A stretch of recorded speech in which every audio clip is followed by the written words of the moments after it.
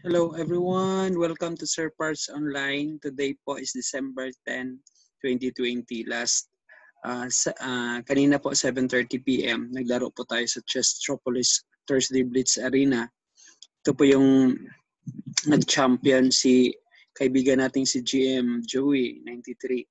So, congrats kaibigang Joey. Tapos second si FM si Kask at third si Ted Ayan Montoyo. So, maglaro po tayo. Naging out of 66 participants, naging number 36 po tayo. Hindi po natin na ituloy kasi naglaro po tayo sa ibang tournament yung video po sa 12 BCA. Nag-stop po tayo kasi dito medyo mahina yung signal. So, nag-stop tayo. Tapos, nakita natin yung post doon sa Facebook na may laro yung Dipolog team natin. Tinry na. Kaya yun, may dalawa tayong natalo tayo na hindi nakamove. So, tingnan natin yung performance natin. Click lang to. Makikita yung performance ng mga nakalaban. So, yung performance natin, 2069. So, maganda siya. Mataas kaysa rating natin. So, ito yung mga nakalaban natin. Si Jana Alindugan, TJ Tabernela, nag-draw. Tapos si Jim Joy, nakalaban natin. Talo tayo.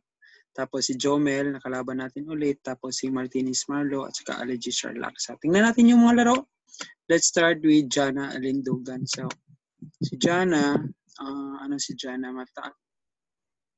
It's 2,000 plus. And ano tayo dito? Black. So, tingnan natin ang laro. Roy Lopez, opening. Atake niya tayo. Yun, mali, no? Na one pound down tayo. Mali yun. Tingnan natin paano tayo nakabawi. Dito pala. May threat.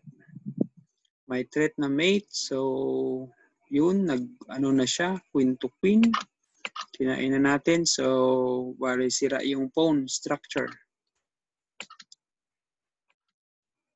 Okay.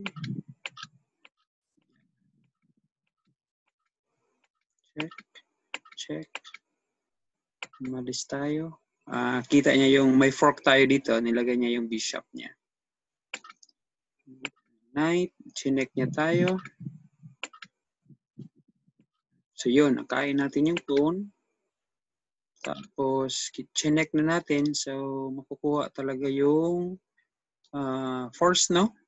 Kasi yung king di makapunta dito kasi may bishop. Dito din di pwede kasi may knight, may rook. So nakain. Nakuha yung rook. Tapos di niya nakita yung mate. So yung mate, saan ba? Yan. Yan yung mate. Pwede naman dun sa kabila. Pwede naman dito na rook. Pwede din dyan. Okay, so nanalo po tayo ni Jana Alindugan. So, proceed po tayo doon sa second game. So, second game natin, malakas yung kalaban, 2-1-3-7. So, 2-1-3-7 yung kalaban. Tingnan natin bakit ito nag-draw. Okay, Sicilian defense. Change na. Ito no, sarap kainin pero makuha lang yung pawn dito. So, di natin kinain. Paano ba ito nag-draw? Yan. Tapos,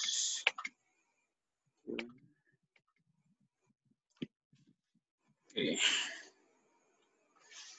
Ano bang masasabi ng computer dito? Tingnan natin ha. Okay. Ano ba yung analysis niya?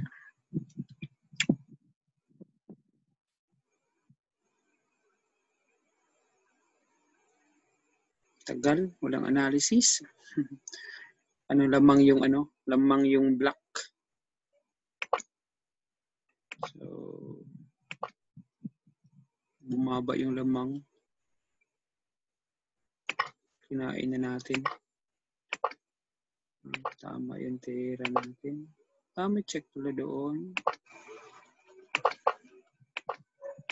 Tayo nakatabla nito. Kinain niya. Uy, damang. Lamang pala. Check doon. Check pala doon. Hindi natin nakita yan.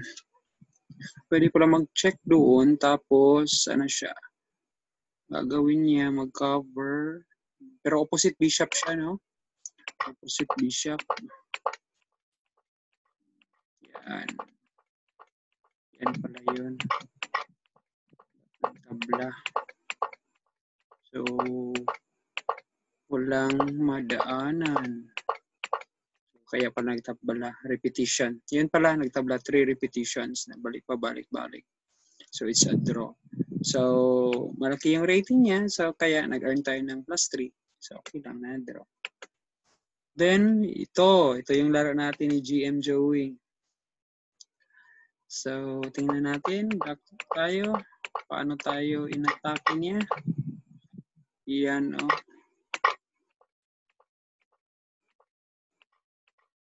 Sira. Analyze natin yung computer. So, lamang talaga ang kanina. Yun din yan talaga yung advice ng Tama lang naman yung decision natin. Pag ganon. Attack tayo. Uy, ano yun? S9. So, queen to queen. Hindi siya kinain. Attack tayo. Inatake. Bumalik.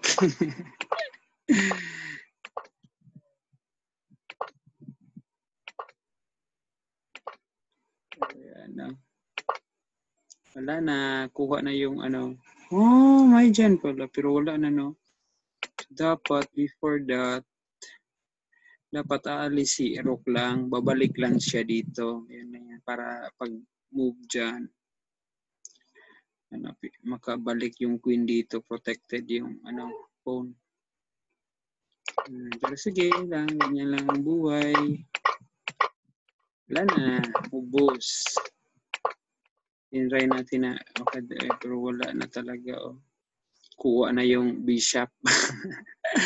So, congratulations, GM Joey. Talo ulit tayo. Niya. Sige lang. Darating din tayo na practice lang ng practice at makamatch din pagdating ng panahon. Okay, so proceed tayo sa next game. So, nakalaban natin si Jomel. Yung naka-sparring natin for practice game. So, laro. Itim tayo. Defensive. Change na. Tayo dito ng yan.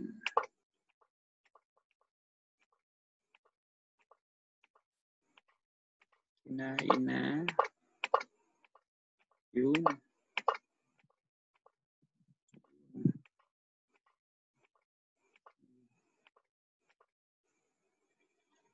Anong sabi ng computer? Tingnan natin. Lamang ang puti. oh, sorry. Ano ba yan? Okay. Saan ba tayo banda? Yan, dyan. Okay. So, kinain. Lamang, okay. Lamang ulit siya.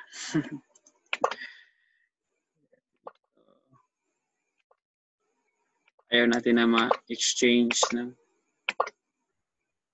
No, yun, di nakita ito. So, nakain natin yung pawn. Tapos, di natin nakita yan. Dapat pala kainin din yun. Di nakita. Okay lang. Yan. Bakit ba tayo nag-move dito? Bakit ako nag-move dito? Iwan ko. Pwede pala kainin yan, no? Di nakita. Kinain na. Nakain na rin. Tapos, time out na si Jomel. Time out. White time out. Black is victorious. Nalo tayo sa oras. So, let's proceed to next game. Si Martinez. Natalo pa tayo. Natalo tayo kasi,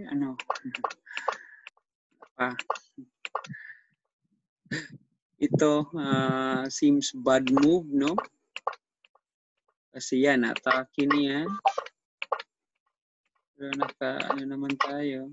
Yan, naging 1 pawn down. Yun.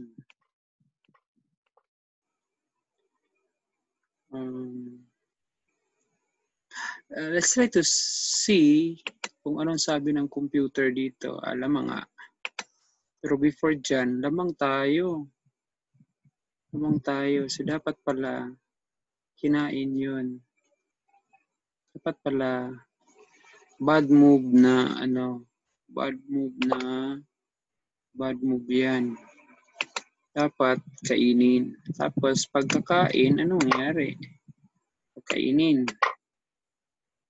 Tapos, balik dito. Yun, balik dyan. Tapos, balik siya. Tapos, dito.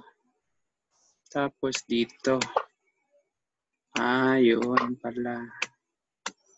So, let's proceed sa game. So, nangyari sa game. Ano bang nangyari sa game? So, pagkain. Nag-dyan tayo. Okay. Tapos, kinain na natin. Hindi natin nakita yan May kain pala doon, Hindi ko nakita yan Diyan ako. May push pawn pala. Yung push pawn. Pwede pala push pawn. Kinain na natin. Tapos, yan. Tapos, dyan pala yung maganda. Hindi ko nakita yan Nawa ko kinain lang. Tapos, dapat doon pala. Atake pala doon yung maganda. Natin. Hindi.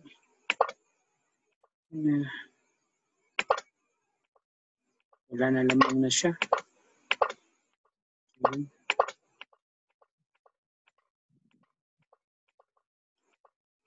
Thinking na madudraw pa rin natin. Pero hindi pala. Pero yung analysis natin, ipadraw natin. Yung dalawa na ang phone. Ibigay na nga niya. Sana na lang push phone. Pero makabalik yung bishop na dito. Wala pa rin. Wala na, nag-resign na tayo. So natalo tayo doon. Tapos last game, talo din tayo. Tingnan lang natin anong nangyari.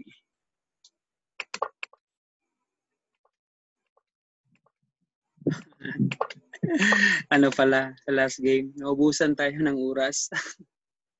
Dahil sa signal, wala yung signal. So naubos ang oras, hindi pala masakit.